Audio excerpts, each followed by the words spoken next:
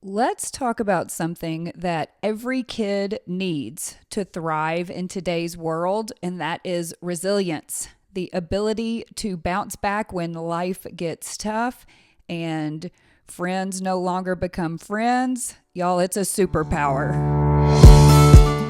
Welcome to the Far More Podcast.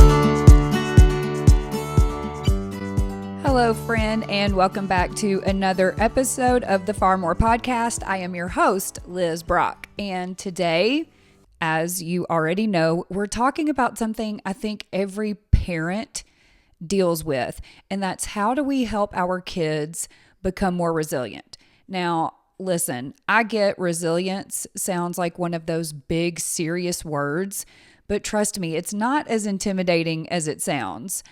Resilience is all about helping our kids bounce back from life's challenges. And let's be honest, with everything that's going on in the world right now, they're facing enough of them. But here's the good news.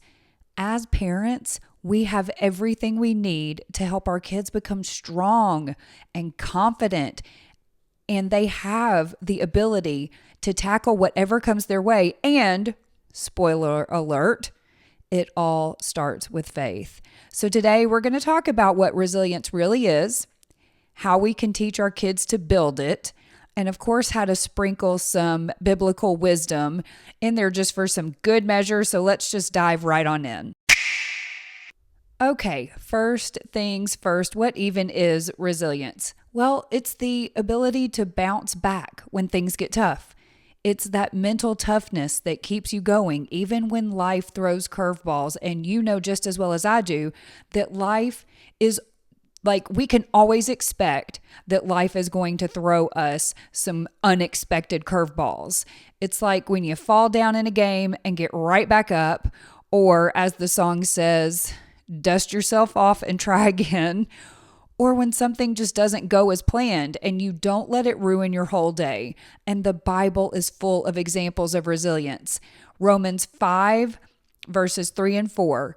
Not only that, but we rejoice in our sufferings, knowing that our suffering produces endurance, and endurance produces character, and character produces hope.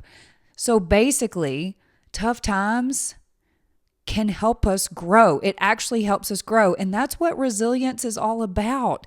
It's turning these tough moments into opportunities for growth and learning. So think back.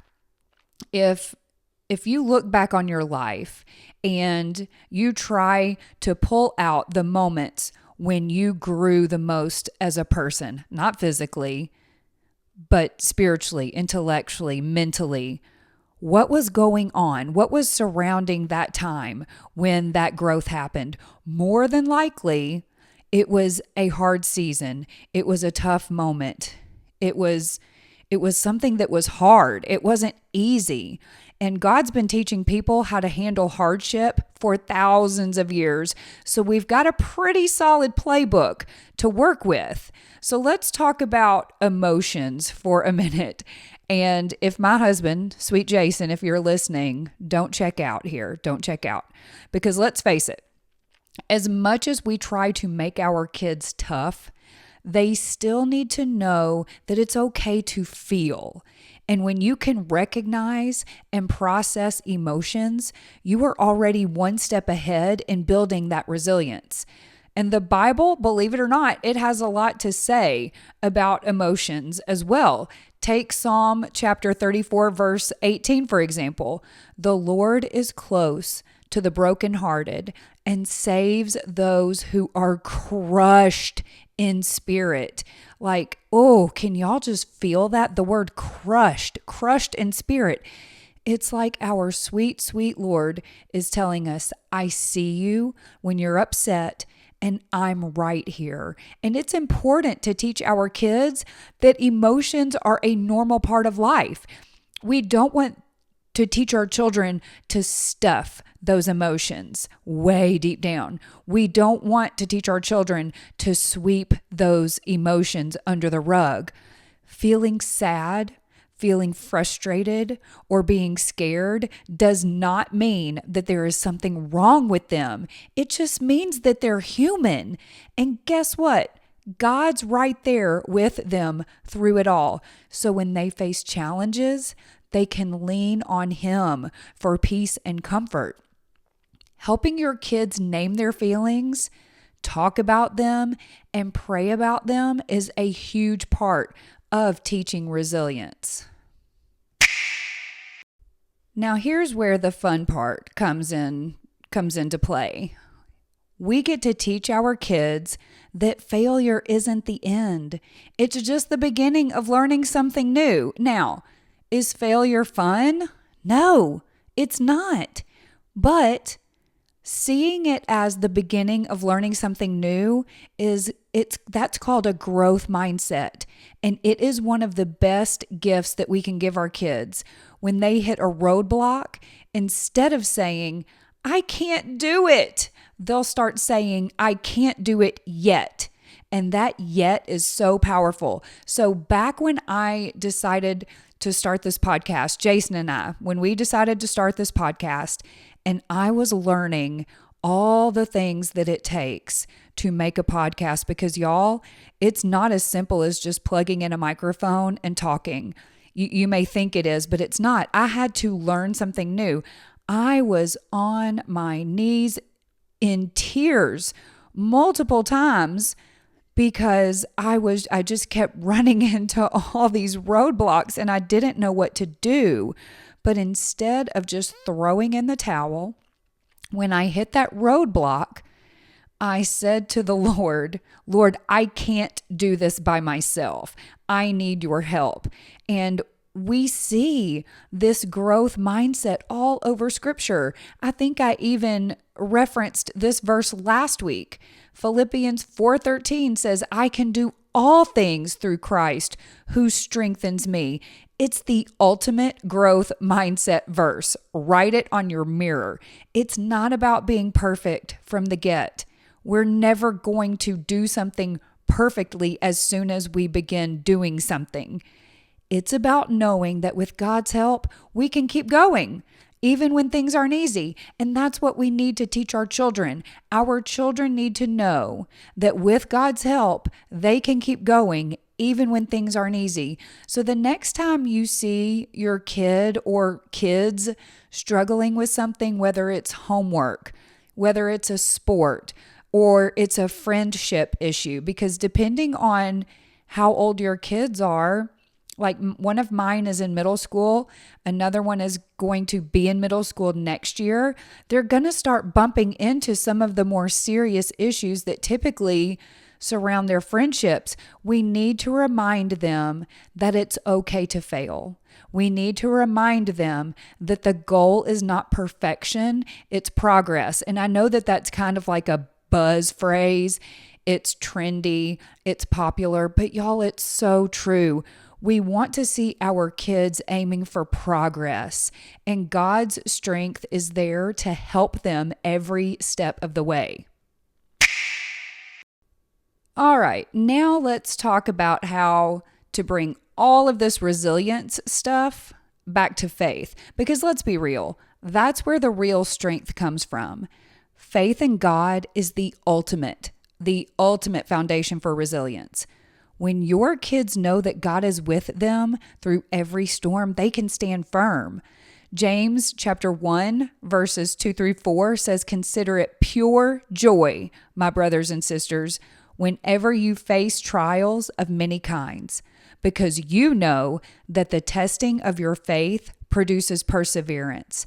Let perseverance finish its work so that you may be mature and complete, not lacking anything."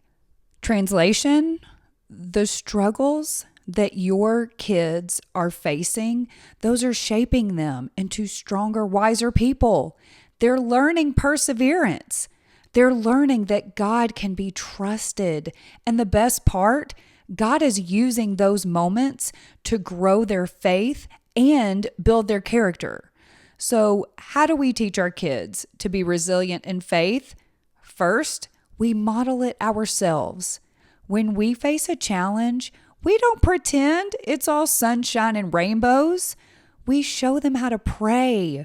We show them how to lean on God, and we show them how to trust in His plan, especially when things feel uncertain.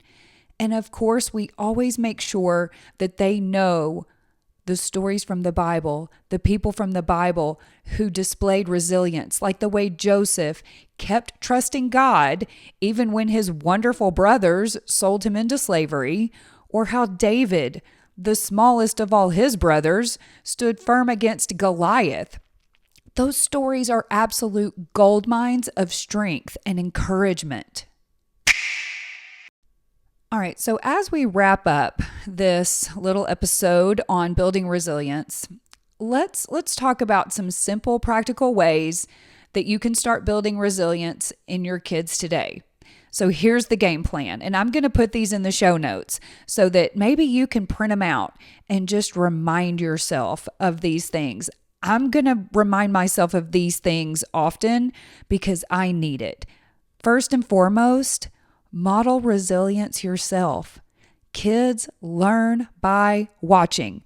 Case in point, let's go back to a little bit earlier in this episode when I talked about this podcast and how I had to learn how to do a lot of things because I'm wearing a lot of different hats when it comes to producing this podcast. My kids saw me struggle. I didn't try to hide it from them. I didn't try to hide it from anyone. Anyone who was willing to listen, I was willing to tell them about how much I was struggling because y'all, I've talked about this before in the podcast. Learning new things as a 40-something-year-old is really hard. The brain just does not work as well as it used to. But my kids saw me struggle. But you know what else they saw me do? They saw me press into the Lord. They heard my prayers. Lord, please help me do this. And then they saw me get back up. They saw me get back up, dust myself off, and learn how to do the new thing. Show them, show your kids that it's okay to struggle. Do not try to look like a perfect parent who has it all together, but also show them how you got back up and you kept going. Let them see you struggle, but let them see you get back up and keep going. Number 2, allow space for failure. Don't swoop in here. Let's go back to the sandwich situation. Don't swoop in to cut that sandwich perfectly for them. Don't swoop in to fix everything. Let your kids experience failure and let them learn from it because failure it's just part of the process. And it's another opportunity to teach them how to persevere. Number 3, praise effort, not just results. Celebrate your kids when you see them putting in the effort, not only when they succeed. The goal is to teach them that persistence and consistency matters more than perfection. Number 4, let's teach some problem-solving skills. I really need to be better about this. Jason, my husband, he is so good at this one. This is one that I need a lot of help on. Teaching problem-solving skills. When your kids face a problem, don't solve it for them. Ask questions that will help them figure out the solution. Again, Jason, my husband, so good at this. He does this with me as well. Like if I bring a problem to him and instead of just giving me the solution, which is all I'm looking for because I know he has it, he starts asking me questions to help me figure it out. Now, I'm not as patient as my children, and so I will snap at him and be like, just give me the answer in the back of the book. But he wants me just as much as I want our children to learn to solve problems on our own because it's a key skill for resilience. And number 5, last but not least, create a supportive environment. Like, have friends around you who are going to build them up and support them and encourage them. Mentors, family members, friends, just people who can help guide and encourage them so that they don't feel like they are going through these tough times alone. Y'all, parenting isn't always easy, and it certainly isn't always smooth sailing. But the good news is we are not doing this alone. God has given us the strength, God has given us the wisdom, and He's given us the love that we need to raise resilient kids who can weather life's storms. Remember in Isaiah 41:10, God says, "Do not fear, for I am with you. Do not be dismayed, for I am your God. I will strengthen you and help you. I will uphold you with my righteous right hand." So take a deep breath, lean into God, and know that you're equipped to guide your kids through whatever life throws your way. You've got this. Hey, thanks for hanging out with me today, spending just a few minutes talking about resilience. And I hope you're feeling encouraged and ready to help your kids grow into strong, resilient people who trust in God through it all.